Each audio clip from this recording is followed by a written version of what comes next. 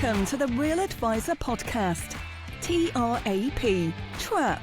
Please follow us and join in the conversation on Twitter @Advisor Podcast, where you can suggest ideas and themes you'd like the TRAP team to discuss. Also remember to like and subscribe to our YouTube channel and leave a 6 out of 5-star review on iTunes. Doing all this really helps us, which means we can do more to help you. Now let's head over to the studio for the latest pile of TRAP.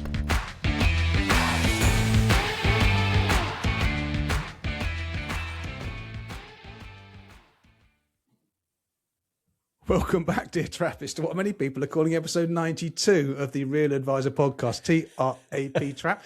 My name is indeed Lick Lincoln, and joining me as ever in the digital studio of doom are the three other horsemen of the apocalypse. Alan, the storyteller Smith, Andy Ultra Heart, and Carl Della Voce, which is Italiano. joined with a by voice. the young Wodge. Now, we've had all sorts of stuff on this opening. If you're listening to this, do jump across to YouTube because you'd have seen two things. One is Mr. Widger Jr., a.k.a. Robbie, appeared briefly on the screen wearing an Italy shirt. And the other person is Lick Lincoln, who looks like he's dressed for a funeral. With his full Italian larder. Yeah, the mafia kind of a scenario. I'm Italiano. I'm totally Italiano. I'm You identifying went to a as Italian funeral for in English rugby, as Carl today's said episode. earlier. I am. Yeah, I went to a funeral this morning. let's chat rugby for a minute, shall we? Yeah, I think I've got more than a minute to chat rugby, Alan, if you want to chat for a good while about rugby. Let's think about the audience. Yeah. I just got to say, I spent Saturday afternoon in an establishment in central London with my good friend and the most English person in the world, Nick Lincoln. And can I say, it was a joy. It was great. It was great. It was wonderful. This doesn't happen. This is like a once in a lifetime type thing. it probably is, Scotland actually, performed outstandingly well. It's amazing. Knock up 50 points against the French. And then subsequently we sit around and watch the England game and watch them lose to Italy. So it was a great afternoon. I will say in Nick's defense, he was very magnanimous in defeat. He took it very well. I think he'd just given up halfway through the England-Italy game. And I was so boring after I was at a first rugby match game. one time where a guy got a hump at half time about the result. Before half time, Carl, I was reminiscing with that about Alan. He said, no, it wasn't. When he went about 18-0 down, when they went 18-0 down or something, he stormed off. It was, it was great. It was very good. And the first game was fantastic, and the second game was dire. And by the end, I was kind of rooting for England to lose, just so we can draw a line under this period of our rugby. There we go. It was an afternoon well spent. Okay, let's put a timestamp on episode 92, which I had to draw very quickly. It wasn't on there, hence me being late to turn my camera back on. Episode 92 of the Real Advisor Podcast. Let's get things going with some more high-energy review read from my right honourable friend, Mr. Andrew Usain Hart. Thank you, Nicholas. Let's hope Scotland can do it this weekend and bring the championship home. Okay, the review this week is from Jessica York. Just want to say a big thank you for the content you put out. I've been studying for my level 4 diploma with the support of the Verve Foundation, and your podcast has been an absolute game changer. It's been a real tonic to the dry textbook heavy content I've been wading through. A year ago, I didn't have a clue what a GIA was. Last week, I got my final pass and officially achieved the diploma. Even better, I've just secured my first role in the profession thanks to you guys. After you mentioned a name of the person, name of the firm last October, I took a chance and reached out. Fast forward a few months, and I'm about to start there as an advisor. Turns out a well-timed name drop can genuinely change a career. I'm finishing up my current role as a teacher. Wow, packing a lot in this final year. At the end of this academic year, and then looking forward to starting some full-fat financial planning. Thank you again, genuinely. Entertaining, informative, and clearly career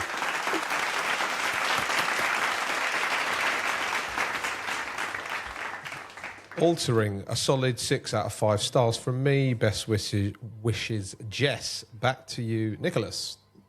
Yeah, absolutely amazing. And Jessica York, she had a good career in teaching. And this is all in the public domain, by the way, because she's put this out on LinkedIn a couple of days ago, announcing her career transition. She was head of biology at, I think it's called the Malvern School in Exeter. Very good independent girls' school. It's been around since the 17th century, so it would have been a well remunerated role, I'm sure, and a well perceived role to have. And she's gone from that to this, and that message was absolutely amazing. And we wish you all the best, Jess, in this thing of ours. And what we'd like to do, if we can, make contact with you and keep in touch with you, and maybe have you on the show a year or two into your development, just to see how things are going. Because certainly for me, the best part of this is when we get those messages anyway. But then when we speak to people who've made the jump, that's a bit. That's not just going from a firm where you don't think they're doing it right. That's going from a profession, a completely different profession, into this thing of ours, and that's an amazing leap. And doing the exams in her final year, I mean, that's a lot to take on. So huge congratulations. She's obviously determined. I agree, Nick. It's one of the most rewarding things of doing this podcast, because we do see this reasonably regularly, people making material changes and decisions to their lives and careers and trying to improve themselves and get on and embrace this thing called full fat financial planning. So it's heartwarming. It's lovely. It's just really, really nice. And very best of luck to her. Sorry, Andy, we've got another one there. Are you reading that run out? Are you saving that? No, that's all good, Nick. We can move on. Okay, cool. Yeah, I agree, Alan. It's one of the most rewarding things about this podcast. That and the serial underperformance of the England rugby team. there aren't many rewarding things, but that is definitely that kind of stuff is amazing. That's just love. I mean, I show this to Penny and stuff, but TLP, you know, she's just blown away by it, and because I think it is amazing. It's just lovely. Okay, let's put a timestamp on the hastily written. How does 92 look? It's not my first actually. Given I'm so cack-handed with my numbers, that's not bad. The 9s are way better than the 8s anyway. Yeah. The 8s is really special. Okay, yeah. All right. Yeah. What else do I struggle with? 7s, I think, are a bit of a nightmare, aren't they? Basically, anything that involves my brain is difficult. So let's crack on with episode 92. Put a timestamp on episode 92 of the Real Advisor podcast, and we'll do that via some topical tidbits. We've got a full slate today, but of course, rushing up, coming back up the U-bend. You flushed it away, but it's coming back up at us, is Trap Live for this year. So we've got some details on that, some housekeeping, and we'll start off with you, Smithy. Yeah, got a couple of announcements to make relating to Trap Live coming up on May 13th. May 13th? Yeah, brilliant. Is that right? One job. Round about then, mid-May. Sometime in May. 13th of May, yes. May. 13th of May. So I've got a couple of points. I think Andrew has got something to mention as well. Yeah, crack on with them then, okay? For those who are travelling to London, I think we know that there's a number of events on that, in that sort of around about that 48-hour period. Brett Davison has his event on earlier in the day, Trap Live in the evening, and we've got Advisor 3.0 the next day. So for those who are planning to stay in London, who are not from London, and they might be looking for accommodation. So I've managed to secure a discount at a really good hotel, central London hotel called the Mandeville. Don't know if anyone of you have been to it, but it's I know it as well. It's walking distance from the venue. We've got a good discount for those either just room only or bed and breakfast. Link to the hotel's website and the discount codes are on the show notes. So if you are looking for a reasonably priced hotel in central London to come and stay on that evening, then please check out the show notes and check out the link and book your room for the night. I may well be staying there myself, Alan. There we go. With my crew. So yeah, great. There you go. You can rub shoulders, metaphorically, hopefully, with the great Wodge if you stay at that place. And Andy, we have some. Normally, we have. They're quite well lubricated. Some of our audience, aren't they? How are they getting lubricated this year, Ultra? Yes. So if you're at a bit of a loose end during the day and you don't have much on, and you want to get together with fellow Trappists, there is a gentleman called Chris Emmett, who is a bit of a global international man of mystery, international financial advisor, good friend of mine. He actually lives in Hatchend originally. Anyway, he's got pre-drink shenanigans going on at a secret location. So if you wish to contact him, his link is in the so-called show notes to his LinkedIn. So say, hey, Chris, what's happening with the pre-Trap Live drinks get-together, and he'll give you the information. So that's that. Back to you, Smithy, for the final big announcement. And I may also be at Chris's drinks that afternoon. No, I won't. You won't be. You get very nervous that day, Despite the bravado we've got you put strict out, rules very of nervous that professionalism. day. Yeah. pre the This is event. the one day when we are vaguely professional for most of it. It's the one calendar. We'll do our normal walk, chat, lunch. Hopefully just the sun's going to be get in out. the zone, get prepared. Right. The other thing to announce is, has become our tradition, we recognise that there are some people, generally a little bit younger in our community, in our profession, for whom shelling out whatever it is, a couple of £100 is a bit punchy to come and attend the event, but they'd love to be there. They'd love to be part of that community, rub shoulders with the great and the good. So as has been traditional, we are going to offer up to 5 scholarship tickets. In other words, freebies, free tickets for you to come along if you are you'd love to come along, but you can't quite stretch the budget to pay for a normal ticket. So the way to avail yourself of those, and the only way we can do this properly, is first come, first served. So obviously this podcast goes out in the wee small hours of Wednesday night, Thursday morning. So as they say, early bird definitely catches the worm. If you up to 5 tickets are available, you would again check the, what are we saying? Just send an email to on the website, the realadvisorpodcast.com. Jump on the website. There is a method of communicating with us, and just basically there is a contact scholarship in the homepage. Give us your sob story. Method of contacting. Give us your sob story. Tell us why you are deserving of a free ticket. Okay, and leave it at that.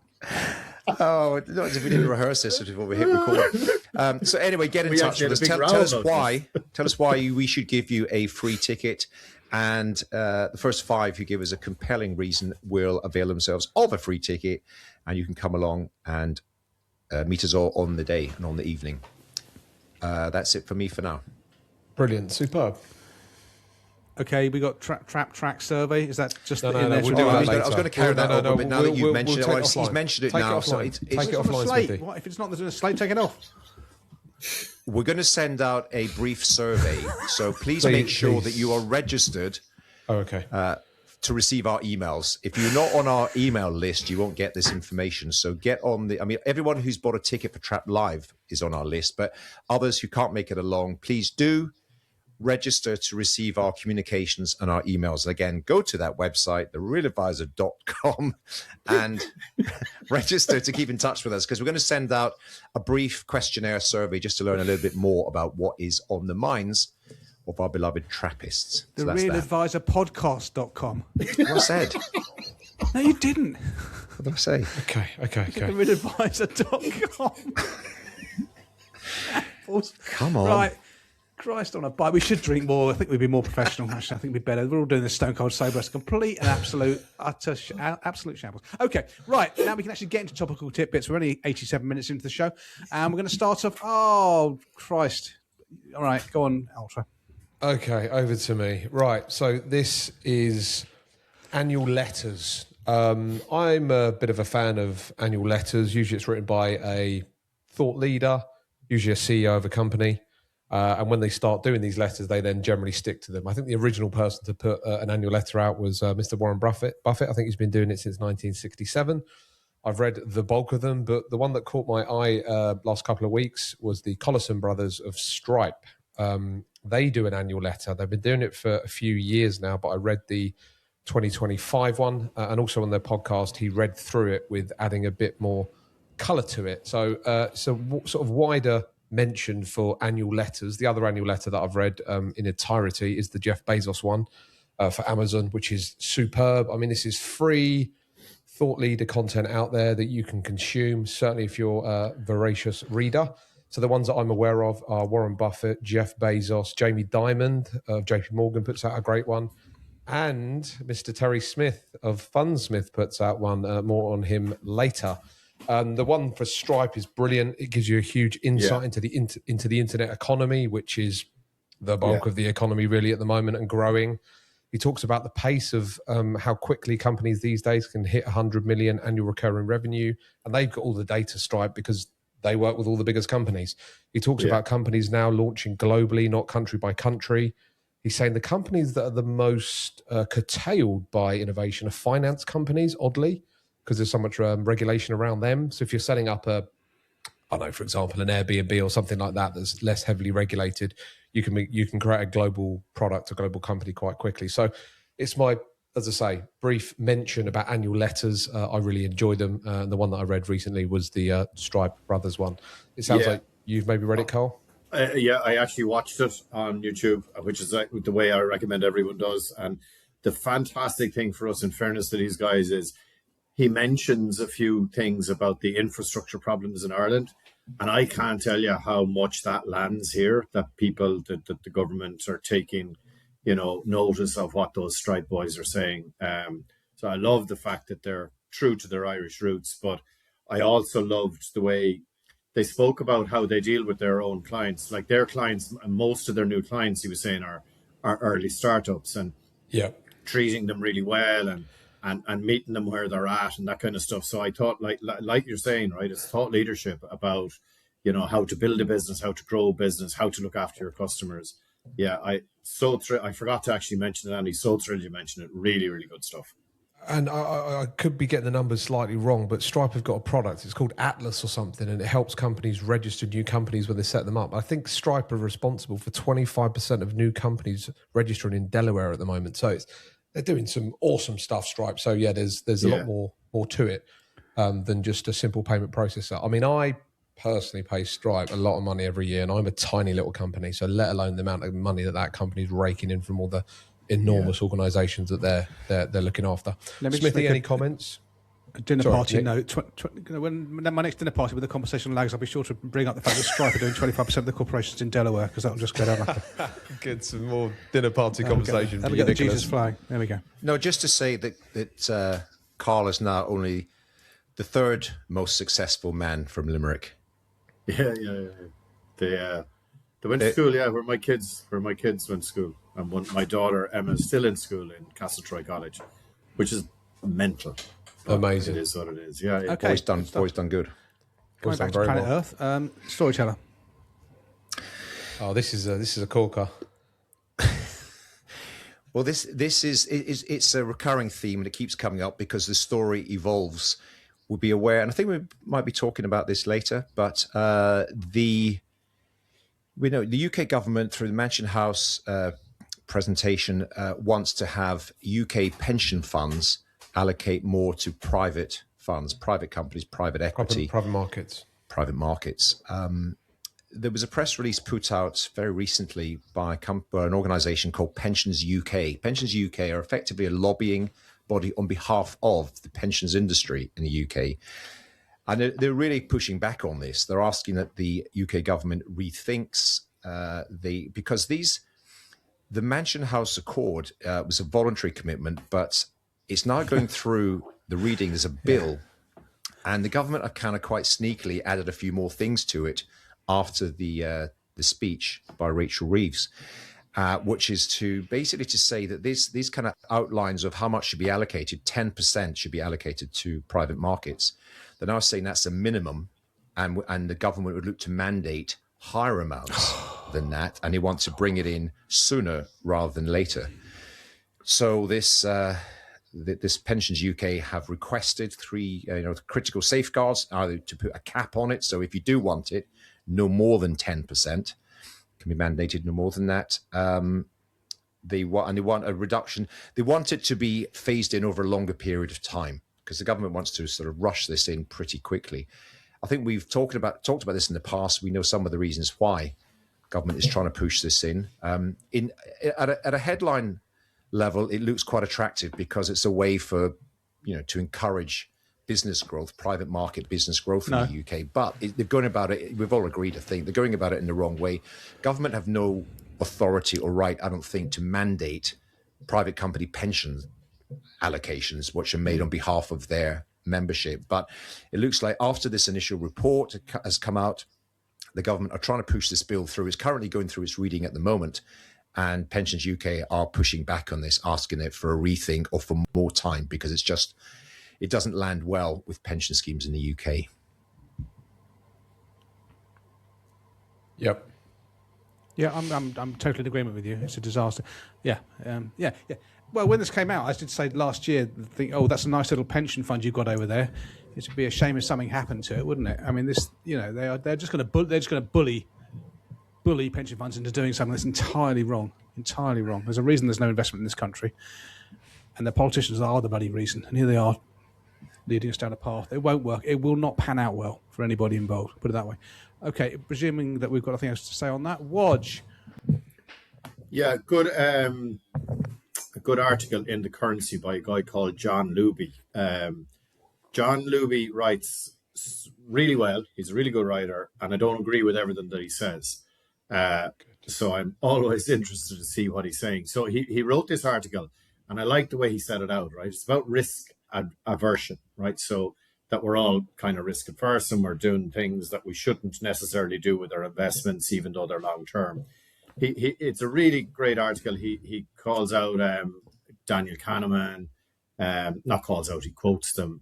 Taylor talks about Warren Buffett, and then at the very end, after he's made his kind of argument, he kind of says, and there's obviously nonsense happening in the Middle East, and markets are having an adverse reaction to those. And if you've read above and you understand it, it's logical. Well, then basically his point is sit in your hands and do nothing. So I just thought it would be a really cool article. Now, it's behind a paywall and it is an Irish publication, so I'm not sure this is much help to our UK listeners, but for the Irish advisors there, it might be a cool article to have in your back pocket if you are getting phone calls from clients at the moment who are a bit nervous. You probably haven't if you've got your investment philosophy and you've been telling the story over a long period of time. But then again, your clients are investors who are human beings, and it's okay sometimes for people to be nervous. And if they are, we got to meet them where they're at, which is basically the point that I mentioned earlier on about the Stripe guys. So I would encourage everyone to have a read of this. I thought it's really well written, and it doesn't kind of start with, uncertainty, volatility, risk in the market, blah, blah, blah. Because when I'm reading a lot of the headlines in the papers, it's the usual crap, isn't it? Stock markets have heavy falls and whatever. And then you actually go, geez, I must have a look. And it's like, they were down 1.2% yesterday. Like, this will happen on a sunny July day and no one will notice because all the journals are on holidays. So, like, it's ridiculous stuff. But bad news sells, we know that. And people are getting nervous. We're watching bombs being dropped here, there, and everywhere. It's like, is it the end of the world? It's not the end of the world, and it's certainly not the end of the investment world. Human ingenuity will prevail every time. So, recommend that article. Okay, well said, that man. Okie dokie. Good grief. Over to me. This caught my eye. This is innovation in the mortgage market. I'm putting it in that sort of bucket. I'm an ex-mortgage broker, so I do keep a bit of an eye on the mortgage market. And I'm going to open up to you boys in a minute about the sort of... No, it's okay. How... anyway, I'll just mention what this is in relation to. So this is a new mortgage by Skipton Building Society called Track Record Mortgages. It's basically a mortgage aimed at renters, and they can show a track record that they've paid their rent. So they're willing to give them mortgages on very low deposits based on their track record. And there's various, sort of devil in the detail. But I'm, again, just sort of mentioning it wider to full-fat financial planners. I think if you're going to be calling yourself a full-fat financial planner, I think you need to have an understanding of debt finance, the options that are available, because at certain times during a client's life, certain tweaks around mortgages, doing a bridging finance, equity release. There's loads of use cases around debt. So just saying, oh no, we just do investments and pensions, don't look at all the other stuff, I think you're missing a trick. So I do say to people coming into this profession, yes, focus on investments, pensions, tax, financial planning, but have an eye for debt, because there'll be various times during a client's life where debt will be an important factor that they're looking at. Obviously, we'll outsource to debt experts, but having a blind spot in your full fat financial planning business, I think, is a bit of a mistake. I'm an ex-mortgage broker, a bit of a man with a hammer, so I do see debt as a very important instrument in creating wealth for various reasons. So that's that. Alan, hand raised. I would agree with you. I think we've kind of alluded to this in previous episodes that for most financial planners, the kind of ideal customer profile is somebody of a certain age who tend to have little or no demand or need. Yeah. until maybe they get later age, and then maybe things like equity release and others as part of a sort of tax estate planning strategy. Having said that, these people, because of their kind of demographics and age profile, have got kids. And those kids are, I mean, it sounds like they are probably renting right now and would love to get on the property ladder, bank of mum and dad, and all the rest of it. So we've certainly over the years created very useful partnerships with debt finance experts, depending on what the need and what the circumstances are, because that can really add value to your relationship with your core, pre-retirement client.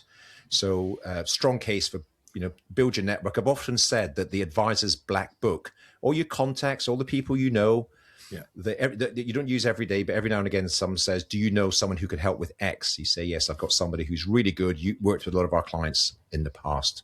What do you think, Carl? Yeah, as you've kind of said a lot of what I was going to say. I do think understanding equity release, Andy, I think it's a very good point, and I think the kid stuff, just on the track record mortgages, like this is marketing framing at its very, very best, because with any mortgage that you're going to get out, you have to demonstrate that you're paying your rent. So I think that's probably a marketing piece, but I think the broader piece is really important. I think you're 100% right for for all the reasons you set out. I think, understanding, having a good solid understanding. You don't have to be the expert, but a good solid understanding is really, really important. So fair point.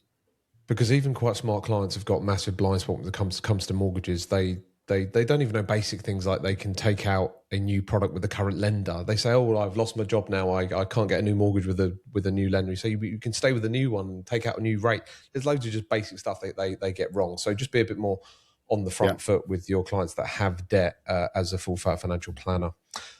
That's it, I think. Over to you, Nicholas. Hockey dokie, thank you. So, yes, we haven't talked about Iran, but obviously there are things going on at the moment that could be, we could look back on these with this could be seismic in a very good way or seismic in a very bad way. We just don't know at the minute, but certainly it is kind of spooking the markets and so forth. And we've had the pulling back of the Magnificent Seven, certainly this calendar year and towards the end of last year, actually. And I came across an interesting article. He always writes interesting articles. Jason Schweig in the Wall Street Journal, behind a paywall, but the link in the so-called show notes is one that I've shared with you, dear listeners, so you will be able to read this. And Jason just starts his article off with a couple of opening paragraphs on the return of the things that we have always kind of believed in, but are transient factors in investing and equity investing, the value premium, the small cap premium, the point of having a diversified portfolio that includes quite a weighting in emerging markets, because all of those areas, international value, international small cap, emerging markets, have outperformed the S&P 500 since the start of the year and actually over the last 12 months.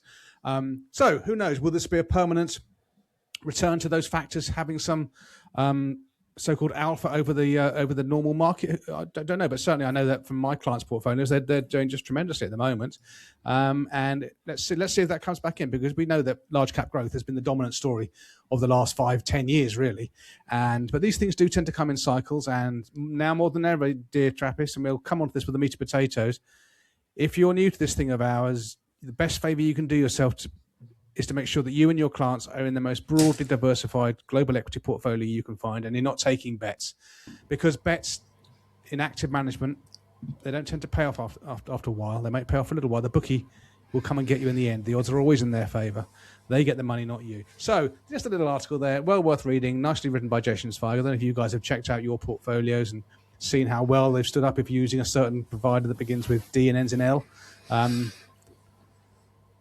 No? Okay. I think this is at the risk of repeating ourselves every time, but the word is the other word beginning with D, which is diversification, and recognizing that when you have a properly diversified portfolio, part of it will always be underperforming. To the point, everyone, when the S&P, or AKA the Mag 7, was doing so well for so long, so you you think, well, I'm now underperforming because I've got international and I've got small cap and I've got all the value stocks. They're underperforming everything else. But that's what comes with the territory. You are never going to be able to predict the single asset class or part of that asset class that always outperforms everything else. So diversification is your friend, and recognizing that part of it will be underperforming other parts of the market. Get used to it. Don't worry when your clients raise it and say, how come we're not beating this or beating that? properly diversification is the way to go. Carlos. Me, is it? Yeah, so I shared an article there. I'm trying to read my notes here as I'm doing it. Basically, yeah. So there was two pieces of news in the last week or the week before. Number one is there's a firm called Elkstone. They'd be very Sorry, Carl, well. I didn't mean to put you on the spot. That your hand was raised, so I thought you had something to add to the conversation we were just having. Oh no. Yeah, you can't. How can we soar like pigeons when we'd been trained by Absolute monkeys? Carl, Anyway, put your hand down. Your digital hand. Keep going. You might as well carry on now. I don't even know how to do it. Messed up the slate. I didn't even know how my hand was up. Oh yeah, I see it now. Anyway, let me just keep going on this. So, Elkstone are absolute shambles. Are a private equity firm in Ireland that had kind of delved into the wealth space, and they have appointed a new CEO. The guy that founded it is kind of going to chairman, and they put in a new CEO, and they're saying that their wealth division is under review. And then there was another article where a company called Lockton, who you've probably heard of, are basically selling out of the kind of individual wealth and health space. And I just thought it was interesting seeing these kind of two larger firms. Lockton would be they're a global brand, and Elkstone certainly will be very well respected in the space that they're in Ireland, and really good people. And they've both decided, hey, this wealth space is not for us. And yet, on the other hand, there's all this, consolidation going on. And it's just, I suppose the point here is that the strategy of, right, just get a shitload of money. And on the one hand, Lockton had acquired, a couple of different brokerage firms, and sure, that'll all be grand without strategy. And then, for Elkstone to kind of do, we'll do a bit of wealth kind of on the side, even though it's not our core.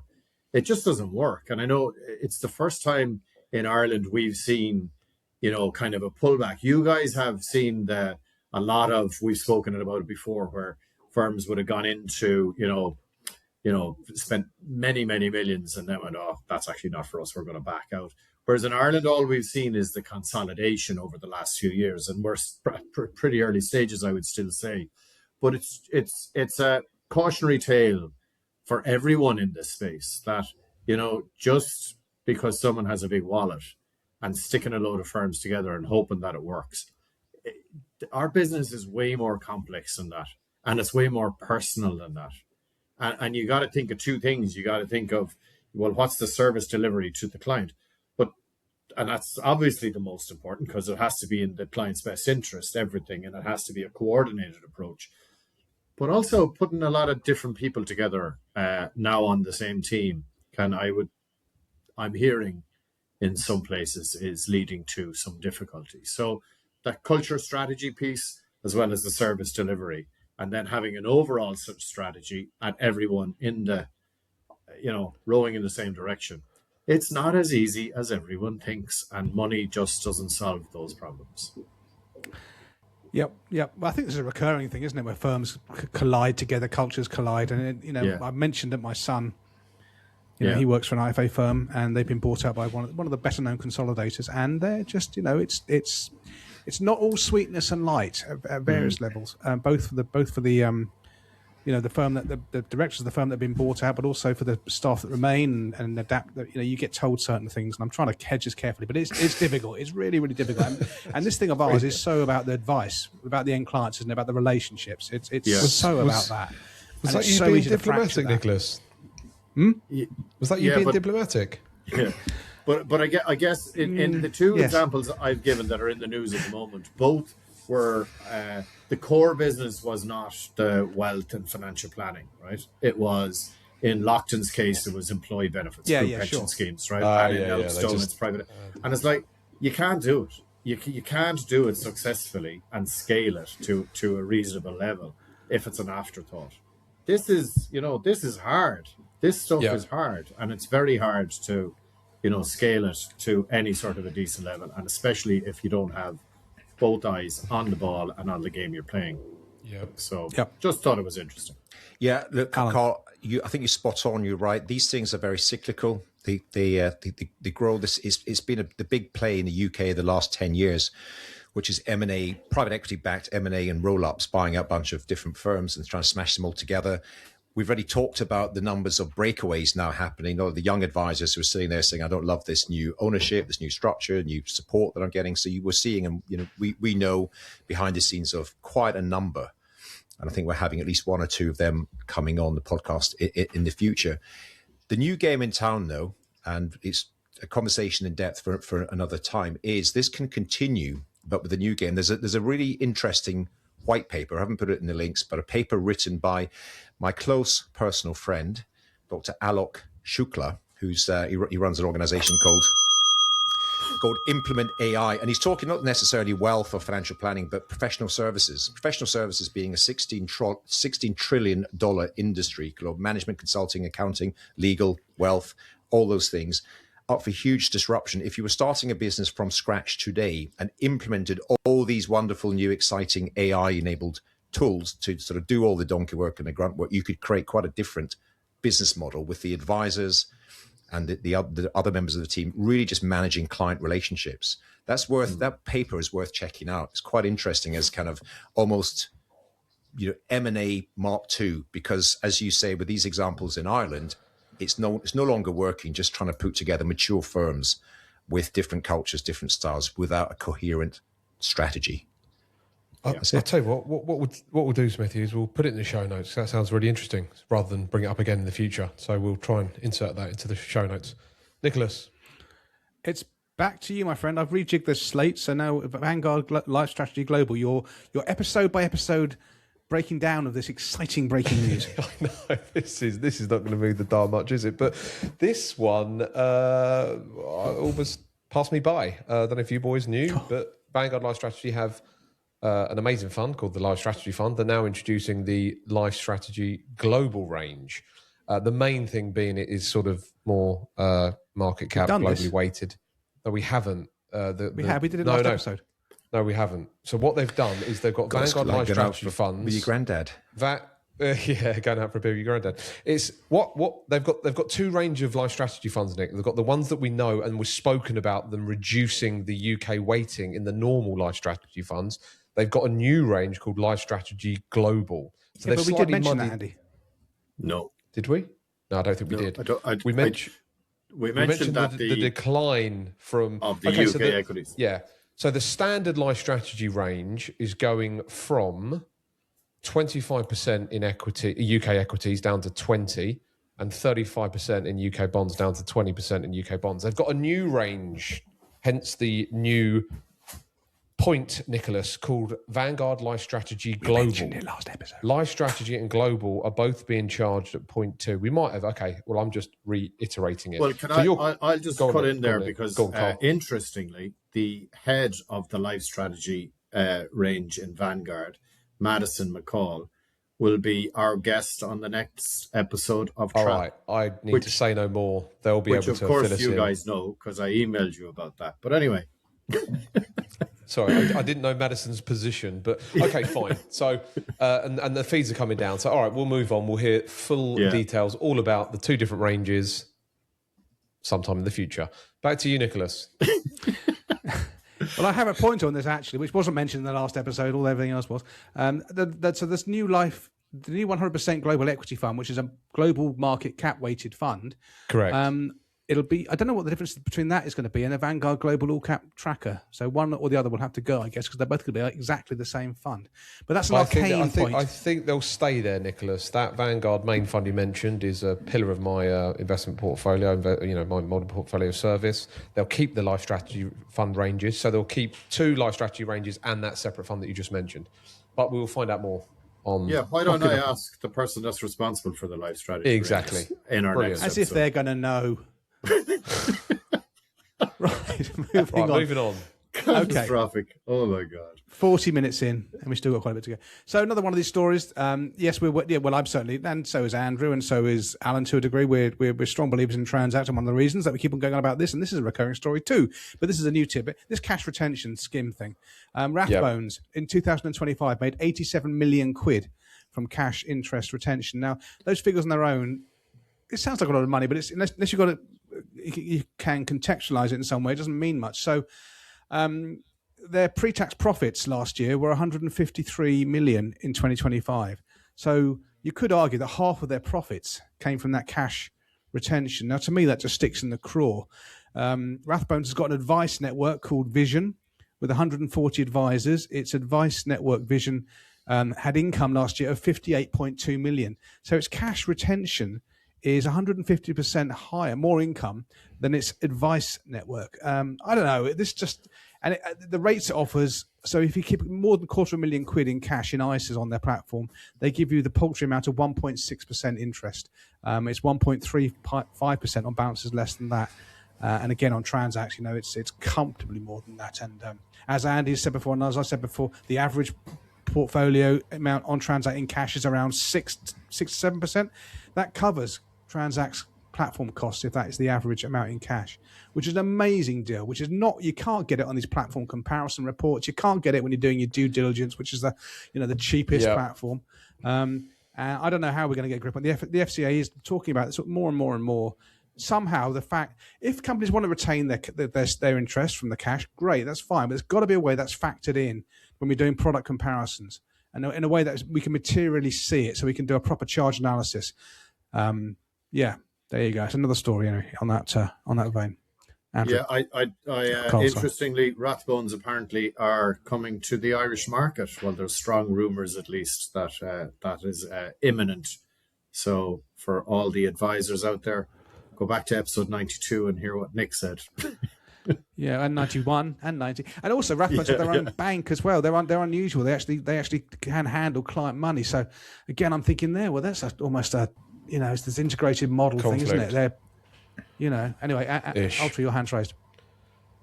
Cash skim, we talk about it a lot. Transact are very vocal about this. The regulator has obviously got to step in at some point or not. This is no different to what banks have been doing forever in terms of skimming off the difference between what they pay and what they earn.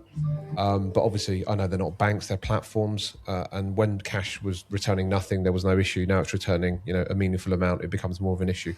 Very ballpark looking at Transact. They look after about 80 billion. So if we work out 5 to 10% of that is often in cash, Transact could double their annual profits if they skimmed only 1.5% on cash. If they're a bit more heavy, they could earn more than their entire operating business doing millions and billions of transactions every year just by skimming off cash. It's insane. There's a lot of money out there. I believe the US platforms, they offer their platforms for free because they make so much money from skimming off cash. So it's a huge, huge issue. Watch this space. Carl. Yeah, Nick, I'm going to, if you don't mind, bring my last point up because it's a nice segue in here. Yeah, crack on, fella. Thank you. It's exactly what Andy just said, which is I call this the curious case of the Irish pillar banks. So the three Irish banks, and they've just reported their annual profits, and it's all like the Vanguard and AIB over $1 billion. But the amount of money they're making on basically having spread. So much money on the spread, right? So people putting money on deposit, not getting any deposit return from the banks, and the banks are like, oh, happy days, this is all fantastic. We need to remember that we had to bail out these banks. The Irish people needed to bail out these banks, and that's not like 2 generations ago. That's in the last 15 years or so. The bankers' pay caps are now gone, so they're now all making fortunes again. Maybe I'm being really precious about this, but I don't know. Morally, is there a dilemma here? Surely it's in terms of capitalism and business. Their duty is to their shareholders to make as much money as possible. I get it. However, there's mega excitement in the Irish market at the moment because the Minister of Finance is introducing ISA, hopefully, reducing exit tax, getting rid of the deemed disposal. So everyone is getting ready for this investment frenzy. It's going to be happy days. And so the banks went, whoo, that won't be fantastic for us. But look, we've got AIB owned Goodbody and Vanguard owned Davy, so we're kind of well positioned to do it there. So there was an article in the paper that there's going to be a hole in their profits. Well, there's not.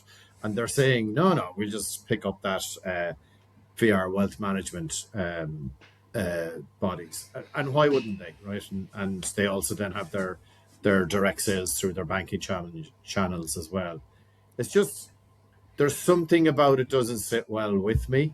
And what I would be urging all of my colleagues in the advisory space in Ireland, let's get really organized. Let's be really good. Let's be really proactive. Let's get together and promote what independent advisors can do and why you should be with an independent advisor. And to make sure that Joe Public, when this investment frenzy begins, that they understand the difference between you investing with the banks that we bailed out and you investing in independent firms who are really top class and will almost always do a financial plan for you as well. So that's my call to action today. Like it, Wodge. Good stuff. Who's next? I've rejigged the slate a little bit. I believe it's Alan. It's Alan and Emotional Intelligence Invesco storyteller. Yes. And by the way, just sort of wrapping up that last point, that's another place when you talk about this cash skim thing that goes on. It's another value add that independent advisors provide for the clients because it's just unseen, isn't it? So the value you can create by saying you generally hold you at retirement or pre-retirement, we keep a year or two's worth of cash, is going to be valuable to you. And I think the thing is, it's like cultural, isn't it? I will say, full disclosure, I do really like Transact in terms of just the culture that they've got. Everyone I've ever met from that organization has just been just good, just sort of straight talking, honest. Client first, customer people, first. Client first, very advisor focused, client first. Anytime we've ever had a little glitch with them, they've just fixed it pretty quickly. But as I say, what they do, because you're right, Andy, imagine they could double their profits and therefore not turnover, in profit. theory, double their market cap. They're a company, so listed they're a target. business. They're a target for PE. A PE buys them for whatever the numbers agreed, and overnight, the company's double because they just take a skim, which will obviously be hugely against the current company culture. But I just think there's a lot to be said for. It's just it doesn't sit on a spreadsheet, but understanding the culture of organizations, I think we all do our best to align ourselves with organizations, institutions that broadly share our sort of our approach to client centricity, putting the client first, and all that sort of thing. So, hats off to Transact. The other companies can do what they want, but cash skimming is just not a demonstration of a client first mentality. So, all I want to say on that. Moving on, there's some very useful resource. I don't know the sort of thing that you would often see, Andy, but Invesco provide. I've been on their mail list for a bit, and I've just been paying attention to the emails I've been getting. So they provide a resource, which again, link in the show notes, called Intelligence Plus. I've just seen it. If you had a look at that. So they provide a lot of CPD qualifying content, videos, resources across 3 core pillars, including emotional intelligence. Now, this is a thing that we often talk about, but in the day of the future of sort of technology and AI being able to do all the kind of technical stuff, emotional intelligence has never been more important. And not everyone comes into this thing of ours with some sort of, significant in-depth expertise and knowledge around emotional intelligence, asking great questions, listening skills.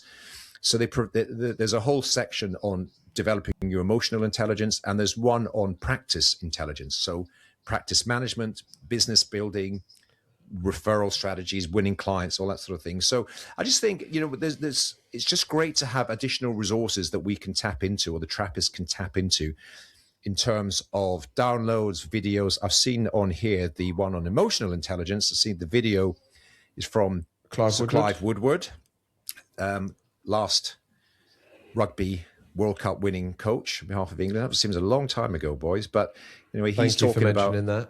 Yeah, I think it's even longer than last time you won the World Cup. It's even longer. Yeah, it is. Anyway, I just think it's a useful resource. Have a look at it. Click the links. Delve into it. Emotional intelligence and other stuff could be It looks helpful. really good, Alan. It looks really good, Alan. Thank you. Yes, I want to have a look at that. Thank you very much, Storyteller. Okay. Start in the emotional intelligence section, Nick. Yeah. Well, I'll do it when you've done it, fella. Yeah, in fact, you just proven the point. It's very good. Alan, I vote that we send the two of them on an emotional intelligence course. Right, how do I boot people out of boot camp? Separately. We'll go on the emotional intelligence boot camp, and then we'll join Alan at the silent retreat. I'm very strong at emotional intelligence. Okay, this is a company that I'm sure Nick and Alan may be aware of. They're called CAT, Compliance and Training. .co.uk. They're run by Mel Holman, and she's a close personal friend of mine. I've known her for many years, but I met her at an event recently, and I was speaking to her about the industry, this thing of ours, and the percentage of firms that get directly authorized, the rise of the network. It's challenging being directly authorized, blah, blah, blah. She does a shed load of work with new firms getting directly authorized, and she said her percentages are insanely high. So if you are out there thinking about becoming a directly authorized firm, I would definitely check out CAT. What do you mean by high? That she gets them across over the line? Yes, a very high percentage. Right. I'm hearing very low percentages of people that apply for DA get accepted, and she quoted numbers that are 5, 6, 8 times that. So what's the market average, Andy, as in acceptance rate?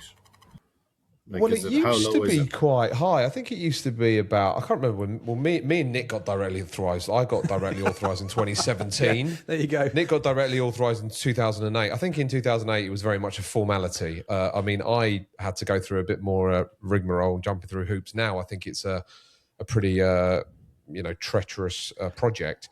I've heard very low numbers from... I've heard like 10% of firms don't get authorised first time round, and you get declined, and they don't really tell you what the reason is. Then you've got to refill apply. It's not as if you had five areas and you failed area 3. Okay. Please, practice up on that. So, compliance and training.co.uk. CAT, Mel Holman. If you are thinking about becoming directly authorised, I would recommend having a conversation. The reason I'm asking is I think the Irish one is still more or less a formality, albeit it was a very short questionnaire and you were across the line. Now I think it's very detailed, and there is a kind of lot that you need to go through. But yes, I haven't heard about anybody being rejected. So. Oh right, but maybe I'm so sorry, Carl. In the UK, the networks like Valid Path, New Leaf, Sense. They are very prolific at the moment. So that's the sort of halfway house. You don't want to go and work for, let's say, a man can become an employed. You can't get directly authorised quite yet. So you go in the middle to, let's say, the networks. You might stay there because you love it, or you then might do the switch to become directly authorised. But I've heard it's a lot more challenging. Nicholas, over to you. Yes, thank you. Yeah, I've heard horrendous stories about it. This going directly authorised, and it's a really, really, really, really hard to do it. So Mel Holman, if that's true, and you don't want to go the network route, definitely make contact with her. Close friend of the show and friend with some of the Trap Pack, Rob Stevenson. He's mentioned this before, that a lot of the value in buying directly authorised firms is the fact they're directly authorised. If you've got a clean record and you're directly authorised, that can add a lot to your sale value, in addition to the normal multiples of X times recurring income or AUM and client profile and that kind of stuff. Because there are people want to buy into firms that have gone through the process and have a track record and a good record with the regulator. So that is of interest, even to us little minnows, ultra. Okay, talking of, we haven't talked about stupid governments, have we yet? We've kept off politics, but I'm going to talk about stupid governments here. The Dutch, and this has not come through yet, Andy. I did check on this. It's gone through they've got two houses. It's coming in 2028, isn't it? I believe. Sorry, it's not been confirmed. Over to you. No, it's got to get through the Senate. So the Dutch. This is an idea. This is from the Bernie Sanders School of Suicidal Economics. They're thinking about bringing in capital gains tax on unrealised gains, and not like at 5% or 10%, at 36% capital gains tax on unrealised gains. Now, I don't know the minutiae of this, okay, so forgive me for that. But this will be an annual tax that's levied on profits you haven't yet made, paper-only profits. You just know this is going to be an absolute cluster F, don't you? You don't need to be Adam Smith. You don't need to be Milton Friedman to think, what are they thinking about? The money is already flowing out of the Netherlands, apparently, and quelle surprise. So just file this under disastrous ideas that, window licking cretins shouldn't be allowed to implement this. I cannot believe this is happening. I don't know, guys. If you, I've got my own hand raised, which is quite a trick. How do I manage that? The only disappointing. They only need to look at what's happened to other areas, countries, jurisdictions where this has been or even talked about. Muted, yeah. Norway being the famous one. Norway brought a version of this in a few years ago. Cue mass exodus of all the wealthy from Norway into Switzerland and other places. And famously, I think we've talked about this in the past, California, in all their wisdom, they've announced that they're going to bring in something similar for, so it was considered to be the billionaire's tax. You have to be worth 100 million plus. But then the plan is to make it more widespread. And I can't remember what the numbers were, but something in the order of $1 trillion of net worth has left California and headed to Florida and Texas as a direct result.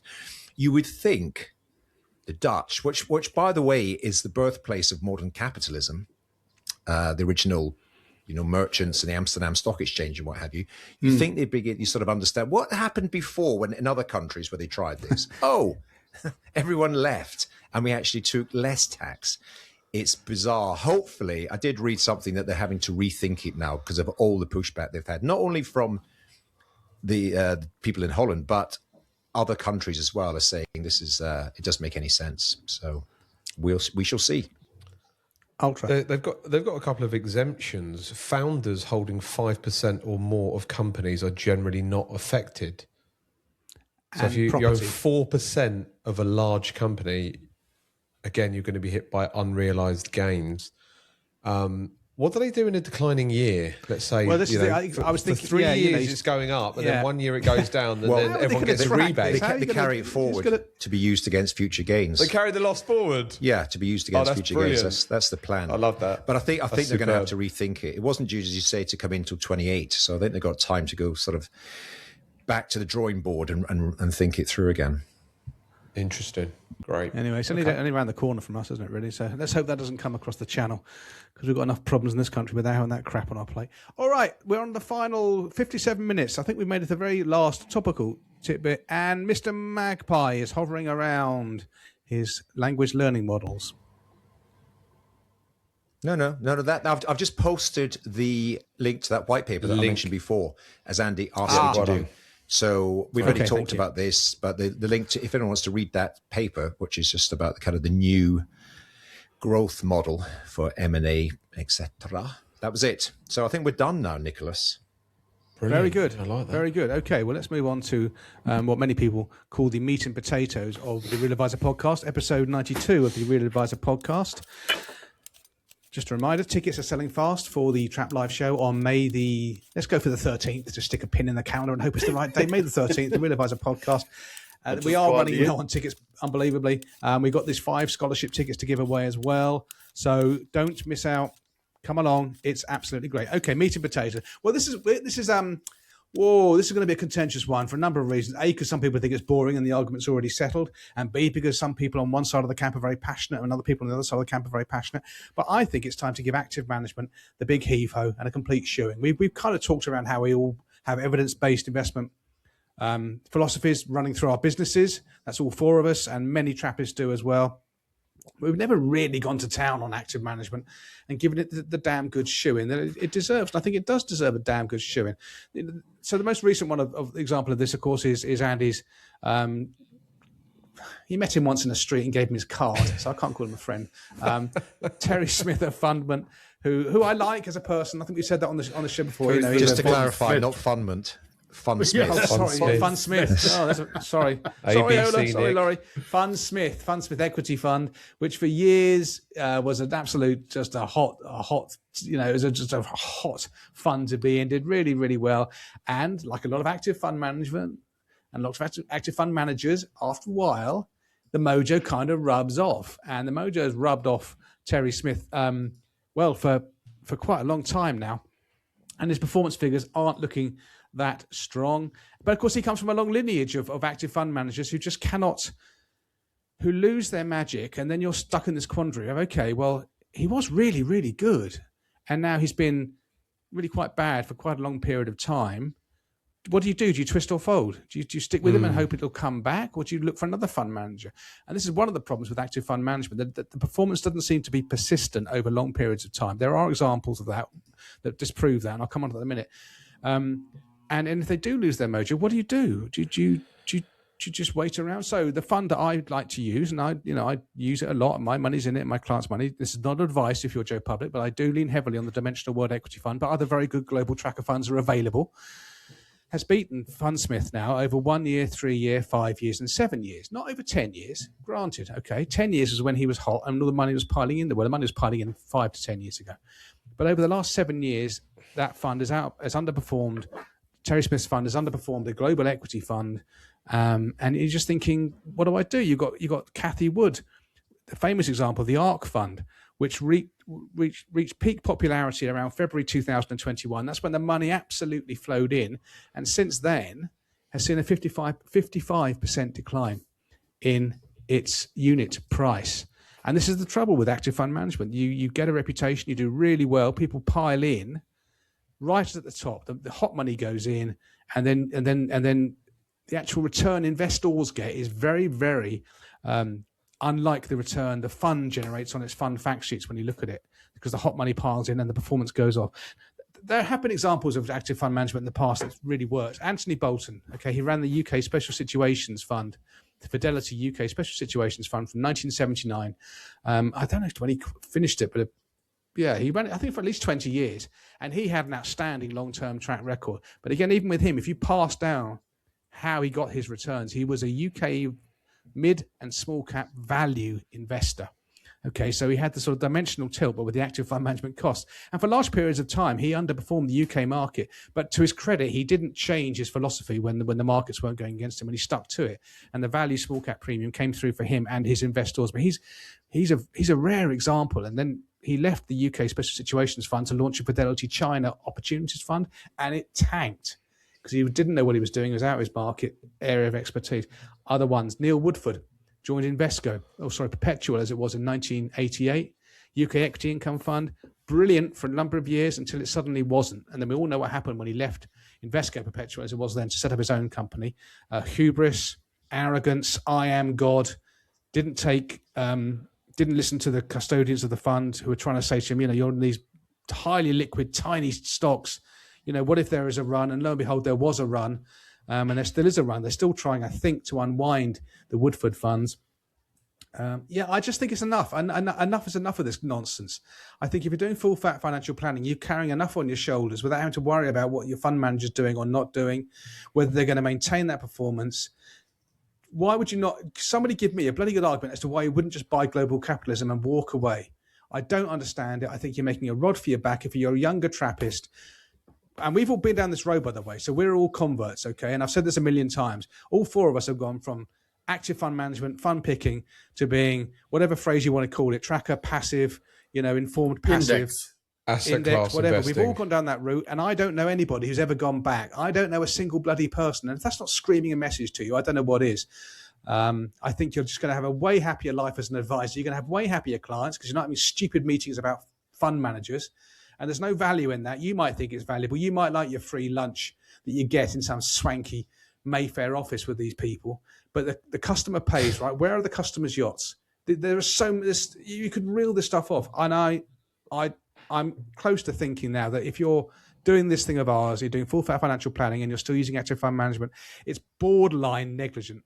The evidence is so overwhelming. It's so overwhelming that you're doing this now despite what you know mathematically to be wrong over the long term, because it's just so hard to outperform. There you go. I wanted to get that off my chest. Yeah, very well done. Yeah, guys, I know this might be a boring meat potatoes for some, because I think we're all going to broadly say the same thing. But will I go? So look, I said a couple of episodes ago that we should talk about this because I listened to that podcast that Terry Smith did. So for me, he came across like, I'm right. I'm still right, despite what the evidence is saying.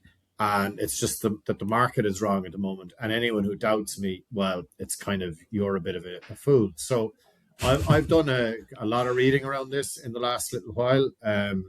So for once, I'm a little bit prepared. Our CIO did an article in the Business Post.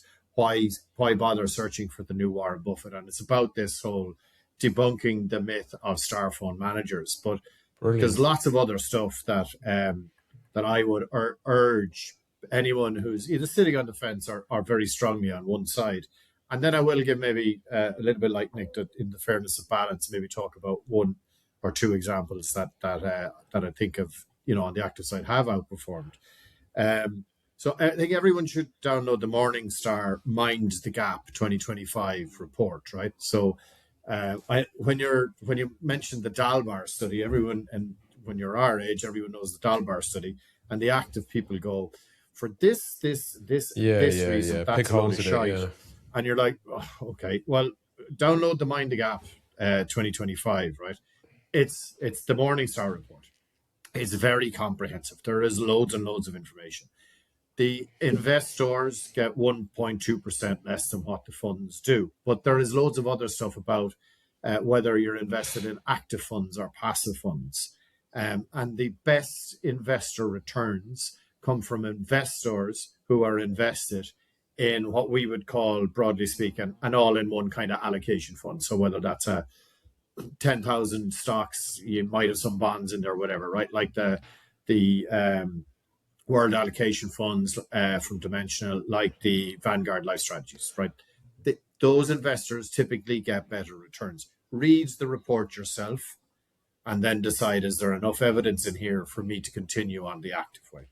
There's a brilliant article, and I've shared it I've tried to share as many of these links in the show notes for people to go and read themselves. Robin Powell writing about Terry Smith on Timeline.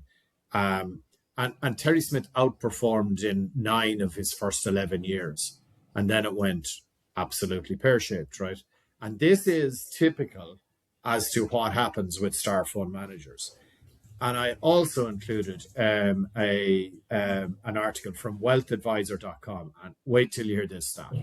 So this is now to August 24, so I don't know what the updated numbers are, right? The ARC fund was started in 2014. And to August 2024, so that's 10 years, a little bit more than 10 years, it had done 9.7 per annum. It's like, well, that's actually pretty good. Happy days. Morningstar have calculated that the average investor return is minus 17%. I thought it was going to be more. Yeah, like was that not good? I can make up some numbers if you want really bad. I thought it was minus 35, but good. No, but look, this is independently verified information. So Morningstar that's amazing. That's well dug out that stat. I'd forgotten about that stat. That's an amazing stat for the wrong reason. Staggering. And there's a couple of other articles that I could talk about, right? But the one report that everybody needs to download is it Spiva or is it Spiva? S-P-I-V-A. Spiva. The Spiva scorecard 2025. Now, there you go, right? There's loads and loads and loads of information in there. Top line, some top line stuff, right? 79% of active funds, when we're talking about large cap US funds. So this is factoring in all the Mag 7 and all that. 79% underperformed in 2025. Now, how can that actually happen? I don't know. On page 12, you have, and I think it's page 12 and 13, and then 14 and 15. There's loads of data around these charts are entitled "The Percentage of Active Funds That Underperformed Their Benchmark." Now, if you read from page 12 on for the next couple of pages of the Spiva report, and you still think that you should be recommending active funds, I would dearly, dearly love to hear exactly why. Because there is no evidence. Like the best case scenario that you'll get is like if you go to an active fund that's small value, then it's like only 50% underperform their benchmark. That's as good as you can get. But the vast majority of them, it's kind of one in 5 might outperform over a year. And then obviously when you build the time frames out, that becomes like, They it's all lose. 99% Yeah. underperform. And then how many funds just cease to exist and this kind of stuff. There's also a Survivorship very bias. detailed report from Acadian Asset Management that I would recommend. But these were PDFs, so I didn't put links to that, right? ACADIAN. And it basically takes apart active fund managers and star fund managers as well. So look, I'm pretty passionate about this, but in Ireland I have a bit of a problem because there is a bunch of active fund managers and they're feckin' superb, in fairness to them. And it's Zurich, and they have consistently, over a long period of time, they have actually outperformed their benchmark. So on the one hand, all the evidence is pointing towards, using Vanguard, using index funds. And Nick, I don't think we've banned the word passive, because passive indicates that you're not making any choices at all. Yeah. Index is right. Okay, no, we have made a very educated, a very well-researched choice. It's not that we're making no choice. We are making a choice. So let's ban passive and let's call it index investing. Vanguard, dimensional, this is what is going to get you the best returns over a long period of time. And really, if you talk about dimensional, you are making some tilts, and there are arguments whether those tilts are worth it or otherwise. But at least you've done your research and your evidence. So what I would say is, to the people investing in Zurich, rock on. For me, I know the guys. They're really great guys. They're really nice guys, and they keep delivering. So if you have decided that that's what your investment strategy is, hard to argue with it, actually, to be fair. But at some stage, the outperformance will cease. And then at that stage, well, what's your story then? I don't think this is boring at all. In fact, this is one of the best conversations we've ever had, I think, because it needs to be had. And read the SPIVA report and then come back and tell me why you still think that active fund management is the way to go. Yeah, well said, Carl. Alan, Andy? Andy, you go next. Smithy? Go on, mate, you go. Seamless. Ace for beauty. At the risk of sounding like, what was it? Going to the pub with your granddad. Because look, I'll try to keep this short. Nick's already said it. We've all come from. I started a business and I copied what everyone else does, which is to choose active fund managers, and thought we were pretty good at it. I was in business during the great financial crisis. And we came out the other side, and I just lost all faith, because I thought, and I told our clients, that these guys and girls are all super, super smart, and they'll at least minimize the damage, because they can. That's the story of active management. They can sort of see trends. They can stock pick. They can sort of move to defensive assets during times of crisis. Well, I tracked it really, really closely, and all the funds that we were invested in fell further than the prevailing markets. So I recognized that this was not a long-term sensible strategy. I have mentioned this before, but it's worth just repeating briefly again. I didn't quite know what to do. I felt intuitively we should be heading towards a sort of passive style of investment, but I wanted to be more thorough. So we retained a company called Albion Strategic Consulting and worked with us for 6 months. And here's the crucial thing, and this is what everyone really needs to take on board. Investment management, a bit like religion, politics, and sport, is full of people with opinions who think their way is better than everyone else's. And what I say is, show me the data, show me the facts, and show me the evidence. So we worked with Albion for months. And this is what I thought intuitively. I thought we're going to end up with some passive funds for the larger developed markets. It's very difficult to outperform, let's say, the US equity market, the UK, European equity markets. But I intuitively felt, and so did my colleagues, that in things like small cap and things like emerging markets and certain types of bond markets, active management adds value. So core index tracker, active round the edges. That was my kind of intuitive gut feel going into this. But then every time conversation was had, we went to the data. And that's all we've got. Using history as our guide. And you see it again Carl, if you go into depth on that SPIVA report, because they break it down across all asset classes. So they'll look at small cap, they'll look at emerging markets, they'll look at bond funds. Without exception, in every single asset class, active underperforms the index or the benchmark each time. So I think this is the point. I had a chat with a young advisor on Friday. He is going to do the aforementioned breakaway. He's going to set up his own firm quite soon. So we're chatting through what that was going to look like, what technology he wanted to use. And I threw into him, what about your investment philosophy? Have you thought that through? And he says, I'm probably going to do mainly tracker funds with some active around the edges. And I said, well, just slow down there, because I mean, and Carl's talked about it. I think this is super, super, super important. This is the engine driving all your family clients' future financial independence, success, wealth, intergenerational.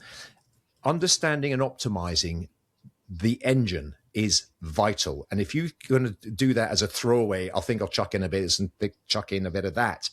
Then I'm going to ask you to go. I'm going to ask you to rethink it. I think there are some other, we've already talked about it, but the naming protocols, Hart often says words are weapons.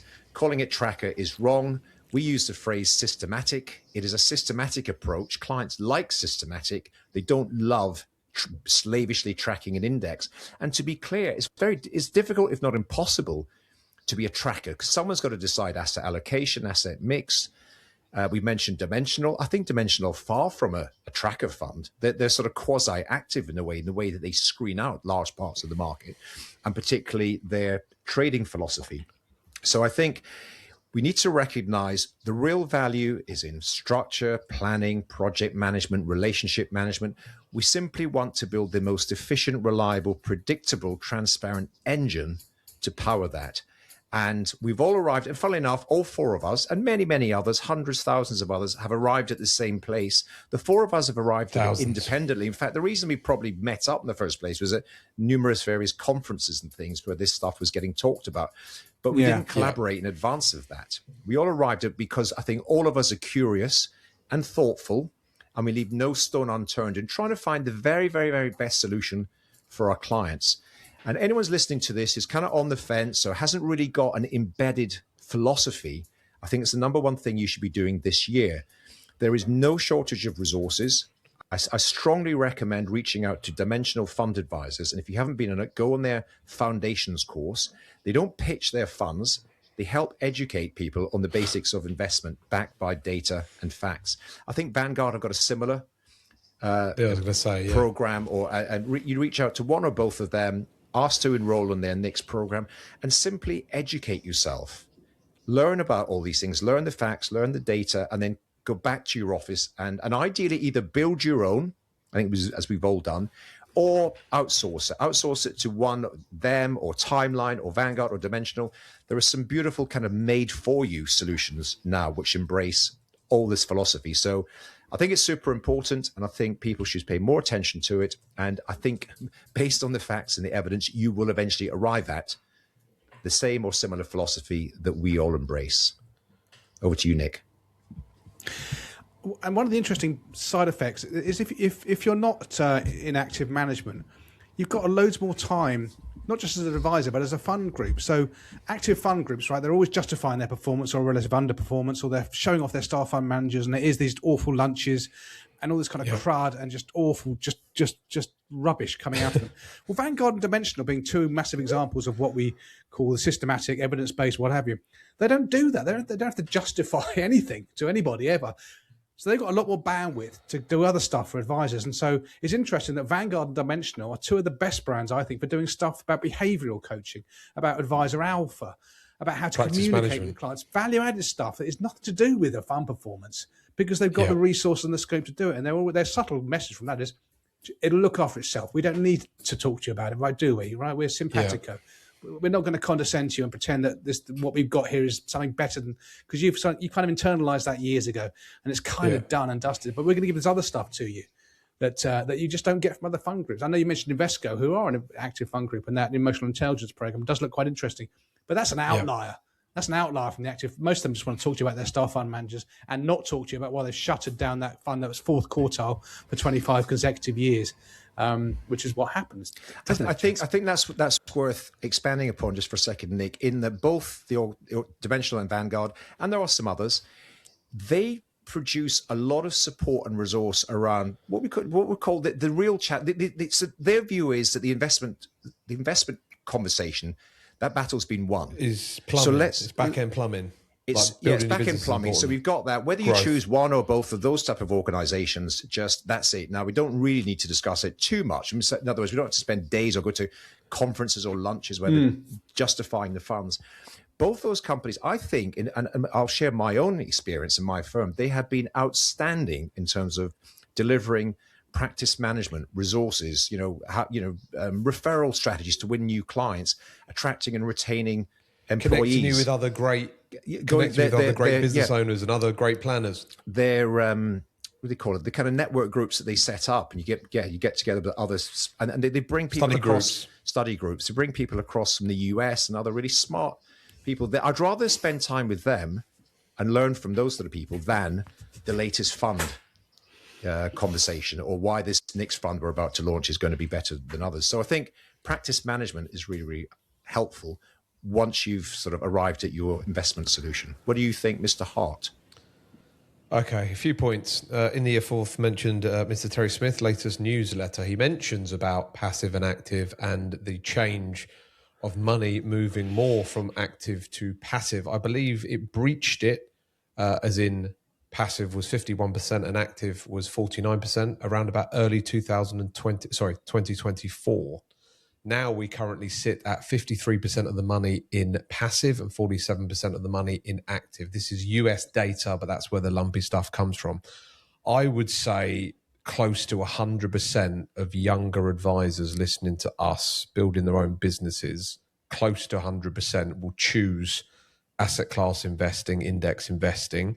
That is the direction of travel. So we might be speaking to the converted or preaching to the converted. Very brief story about myself. I've been looking after money for about 18 years. 17 of those years I've been index. You've only been regulated for 9 of those years, though. Yeah, that's another story. So for only 1 year, I came into this business and I had no idea what I was doing about investing. I was basically active. I was via the wind, the latest thing that came on my desk. Some old guy next to me telling me about some new fund launch, and it was torturous. Fortunately, the best thing I've ever done for myself is get involved in asset class investing and turn off that massive noise of the active management machine. As we know, investment management is a marketing business, not a financial business. So they do have the marketing clout. They do plaster the buses. They do wrap the taxis. That's why they've still got quite a lot of money there. Back to Carl's point, framing is quite important. Calling it passive sounds like you're not doing anything, which in a way you are, but that doesn't sell well to clients. Calling it low cost is also probably badly framed. I mean, they like to pay low charges. Very important. They like to pay low charges in the whole, in total, but saying it's low cost, again, it sounds a bit crappy to, let's say, wealthy individuals. I have done a lot of research over the years, probably like lots of people on the call. I read Smarter Investing by Tim Hale. It's a very chunky book. So I have done a deep dive into the whole investing space. I've read Investment Management for the Financial Times via Jason Butler. I've obviously been on various different courses. So I've immersed myself a lot in the investing world and how things work. But when it comes to how much time I've actually spent creating my portfolios and pitching them to my clients, not as much as I would be doing if I was in the active management space going around and about all of the time. So yeah, I'm a massive asset class investor. The bulk of my money I look after is in global equities. 85% of the money I look after is in global equities. I do follow the star fund managers. The key one being Warren Buffett, if you call him a star fund manager or just a great business person, but he has massively outperformed his benchmark, which is the S&P, for about since 1967. I do follow Terry Smith. I believe he is, if I was forced gun to my head and I had to invest for an active manager for the rest of my life, I probably would place my money with Terry Smith. I follow Manish Pabrai in America. Jim Simons, the Renaissance Capital guy, has outperformed the markets by 1 billion% since he started. So there are some outliers that can do it. So yeah, I echo a lot of the stuff that the other lads have said on the call. But getting this right with your business is absolutely crucial. If you've got happy clients and you've got a happy business, you've got a happy life. That is, the most important thing. If you've got unsure, pissed off, angry clients, you've got unsure, pissed off, angry business, and that's going to be an unsure, pissed off, angry life. So getting this all aligned is important. And yeah, it is the plumbing, but a lot of clients, it's their life savings. So you need to have your ducks in a row when you talk to clients about this. Over the years, I've been quite blasé with it sometimes with clients, and I've lost clients, let's say, because I've been, it's just the boring low-cost plumbing. The important thing's your financial plan. We're going to fund it with world-class investments. You can do that 5 years in, once they're sort of, well set up in the right place. But you have to pander a bit and do a bit of a tap dance, as they say in sales. So, yeah, a few points there. Over to you, Carlos. Yeah, Andy, you made some really, really good points. I think that very last one is so important. Don't be too flippant about this, especially early on in your relationship with your clients. Look, guys, the one thing I would say is we're going to get absolutely hammered, probably more than I get hammered for the Bitcoin stuff, right? We are, because the people who are very dogmatic about active fund management are like sitting waiting for us, and we do get the odd comment. But so I think we're probably overestimating. We're definitely overestimating the impact we're having, but I think we're overestimating where the market is at, right, in terms of the advisors out there. And look at it. I think for balance, it would be really great to, I would put it out there for a meat potatoes, right? If you are an active fund manager, star fund manager, Cathy Wood, Terry Smith, but in all seriousness, to open it up and to have the other side, it will be actually much better for balance. And if you're wondering what the advisor market is looking for, one of the things I know I'm going to be talking to Vanguard about is they're launching a kind of blended index active portfolio where they're bringing an active fund manager in to a kind of an MPS kind of a scenario. So there is still demand for it. And I will go back to something that I think it was Andy said, the best portfolio that for your client is the one that they will stick to. So at the end of the day, the most important thing is actually the financial planning and then a portfolio that and you the behavior can around stick it, to, right? So just to say all that, just to get in ahead of the active warriors who are coming for us. We understand this is an imbalanced view because we've done our research and we're firm in our views. Can I maybe I'll just come in just to wrap this up? Because I think we've spoken exclusively about investment management, asset management, but we've got to be clear that this is part of a more comprehensive structure, and everything does come down to how do you position yourself? What is your value proposition to your clients? The reason that a lot of people hold on to active management is that they don't do proper financial planning. And therefore, they're going to say, well, if I'm just selling index funds, what the hell are my clients paying me for? I hear that a lot. And we've often said it offline and on this podcast as well. We kind of live in a bit of a bubble because we assume that most people tuning into this are either doing it or on the road to do this full fat financial planning. A large percentage of the current UK and Ireland and around the world marketplace continue to position themselves as investment managers. That's their kind of raison d'etre. That's what we deliver to you, Mr. and Mrs. Client. And so they just intuitively, philosophically can't change. How are they going to move to something else? Because their value proposition has just been decimated. So you've got to join all the dots and say, where do I really add value? And if I don't do this stuff that we're all talking about, behavioral and coaching and everything else, then perhaps I should, because that becomes sticky, defendable, and you never have to, I think Dimensional that say this, but you never have to say sorry. Imagine if you put all your clients into Terry Smith at the peak of when he was doing really well. You spend your life apologizing. Oh, we'll move you out of Terry, we'll move you into Nick Train or to Cathy Wood or to someone else. Every single meeting for 5 years, you look after 50 clients, you've got 250 apology meetings. Apologies. Yeah, I'm sorry. And having that conversation with the client about stick or twist. Should we move it out? Cathy Wood one, you're showing them the fun fact sheet. Your 9.7% annualized return. And I'm down 17%. And the client's looking at their portfolio and goes, please, Alan. well, I didn't get that.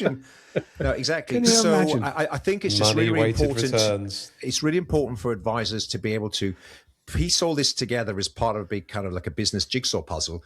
Know your proposition, where you add value, and then once you are leading on that as the core value proposition, then it's all about fueling. As I said earlier, it's just about fueling that plan with the most efficient resources. That's it. Okay, listen, that was a really good meat of potatoes, and we gave that quite a lot of our time, and it will be quite contentious. Bring it on. Leave some snarky comments behind your anonymous profiles on YouTube from your mother's basement. Right. Let's move on to the next part. I'm doing that for you, Carl. That's I know. I know you are. Okay. You took the bait as well, Carl. You replied. Oh, for the first time ever, it just annoyed me. Okay, at the front door, we can see her. That's Posty. She's hauled this bulging sack of Trappist questions up my drive, and we're now going to pull one out and see who it's from. So let's give this a look at. Before we do that, remember, please do leave questions for us on the pinned tweet on X, the pinned X on tweet, whatever you want to call it. On that pinned tweet, there is a form, a link to a form. Leave it there. Also, a link in the so-called show notes. We do get your questions. We do it in chronological order, but we will come to your question unless it's really, really daft or just a bit weird. Let's see who this one is from. This is from, letter says, nice paper, quality cartridge paper, written with a pencil, block capitals. This could be a ransom letter. Marry me in prison. Sean Lawson says, who's on LinkedIn, by the way. Sean Lawson, we'll put your link in the so-called show notes. Probably one mainly for Andy and Nick, as they mentioned referrals being the main source of new clients recently, but I'm sure Alan and Carl get lots of new clients from referrals too. Anyway, my question is, how do you handle situations where a referral from a good client isn't a great fit for you or the business? How do you politely say no whilst maintaining a good relationship with your client? And yes, Carl, will come on to your podcast. I'll go very quickly. That's okay, Andy, if you want to leap in on this. We have go for it. And this is fine. These questions do come up in different forms all the time. That's fine because some people haven't listened to the entire back catalogue, saddos, so they won't know that. It's very rare. Like mixes with like. So if a client refers someone to you, they're likely to be of a similar kind of age profile, earnings, background, emotional outlook. And so it doesn't really happen. I certainly haven't. I'm really struggling to recall a situation where I've had a referral and they just weren't a bad fit, a referral from an existing client. They just weren't a good fit for me. So that's my answer, short answer. Ultra, if you want to, Andy's got his hand, Storyteller, you've got your hand raised, and I know Carl has got a podcast he wants to talk about. So we'll go with you first, Alan, or Andy, because your hand's not raised. I'll mention a few points. This has happened a lot to me over the years, and it happened to me this week. Your point, Nick, you have an established business that already has ideal clients in the mix. If you're growing your business and you've got a handful of ideal and a handful of non-ideal, let's just call it, weirdly, the non-ideal are very, very active referrers. Then you've got that. So when you are at a point where you're not desperate and you become more choosy of what clients you take on, the non-ideal referrals start piling up. I had one this week that was clearly not ideal. And I said to them on the phone, thanks for telling me your situation, but I specifically work with business owners 5 years away from retirement. They were clearly not that. If they were dentists, I'd say, I'm sorry about that. I specialize in doctors or whatever. So you can kindly let the prospect down. I lied to let the prospect down. That's your answer, Sean. Just blatant lies. But what I do say on the call is, it's likely I won't take you on as a client, but I'm here to answer any questions or queries that you have. So, fire away. So they sort of drop their guard then because at first they're thinking I'm there trying to, land their business. So I'll make it very clear, I've no interest in taking on as a client really, but I'm happy to have half an hour, 45 minutes of my time and you ask me as many questions as you can come up with. But again, it's the Nick Murray thing. So you ideally focus on your ideal clients, and Nick is right. The ideal clients usually refer ideal clients. Sometimes clients say to me, what type of clients am I looking for? I look after a couple, Mr. and Mrs., and the Mr.'s a very active referrer, but his network is not as successful as his partners. So again, I've had conversations about that.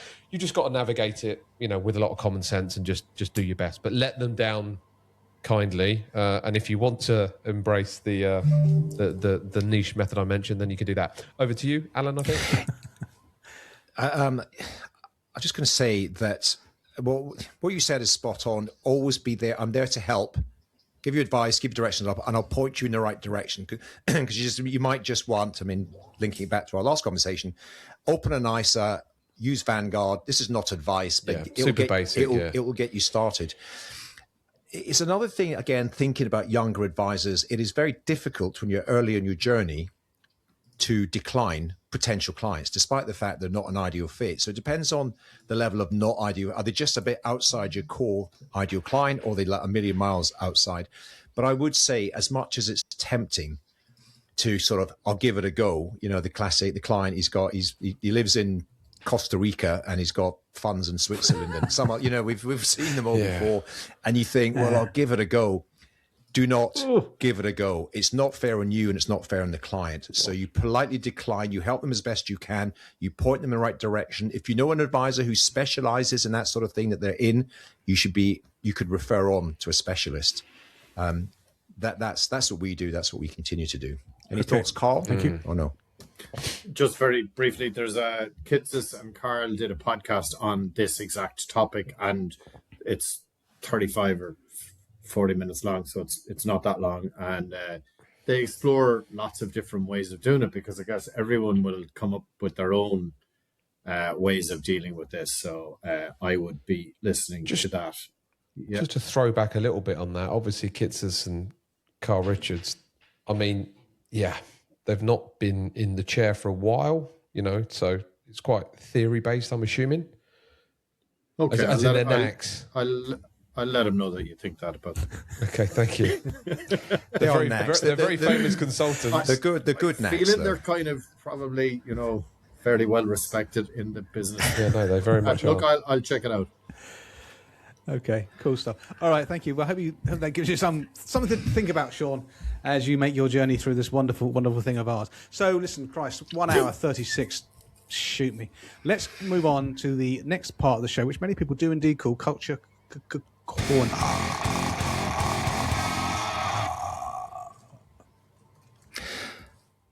I don't know if any of you've seen this. Channel 4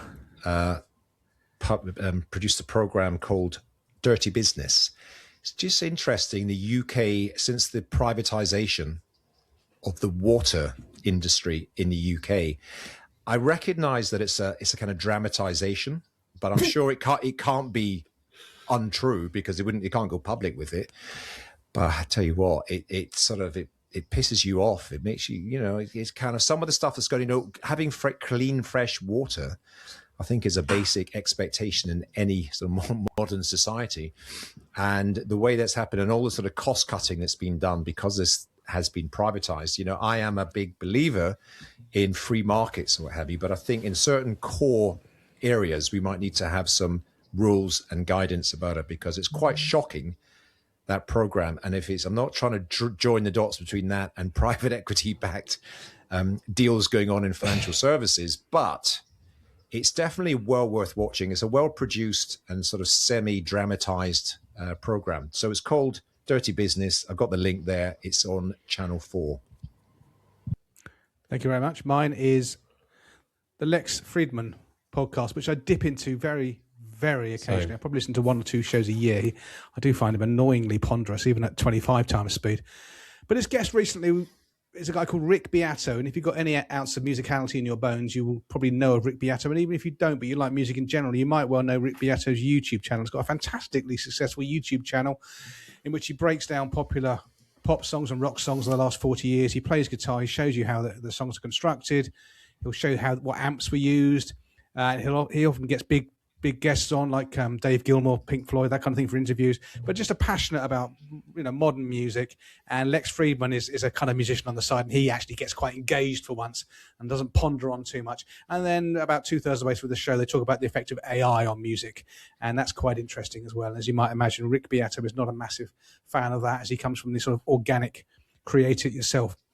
So that's a good listen. My one is the very first Business Post podcast, and it's interesting because the guy that they're interviewing is a guy called Michael Lohan, who's the CEO of the IDA. So the IDA is basically the Irish body that's tasked with getting foreign direct investment into our country. They've been rather successful. And this guy is very, very interesting dude. He's very down to earth. He talks about the work that he does at the IDA, but he also talks about being a CEO and how he looks after himself, that kind of stuff. It's not that long. It's an excellent, excellent interview. Highly recommend it. Okay, I will close us up. It's the film on Netflix called I Swear. I mean, wow, it is such a superb film. It's about the Scottish guy that's got Tourette's. It's way better than it sounds. It's one of the best films I've seen in a long, long time. I recommend you watch that film as soon as possible.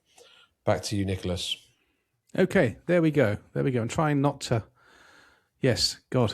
Yes, don't swear, Nick. Don't swear. No, yeah, don't say anything about me. Don't talk about Scottish people and with Tourette's and similar. It is a. He'd have been interesting watching the rugby on Saturday.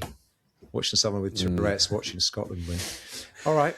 I don't know where we're going with this. Okay, dear Great. Trappers, episode 92 comes to a close. Another pile of traps slides down the U-bend of Father Time. Please do like and subscribe to our YouTube channel. Please do leave a review or send in an email via the contact page, the contact form on our website. Our website is, Alan? Can't remember. www.realadvisorpodcast.com. Don't www. What are you? 96. Realadvisorpodcast.com. Going for beer with your granddad. Realadvisor.ie. Yeah, https://. All right, until the next time, thank you, Trappers, for your time.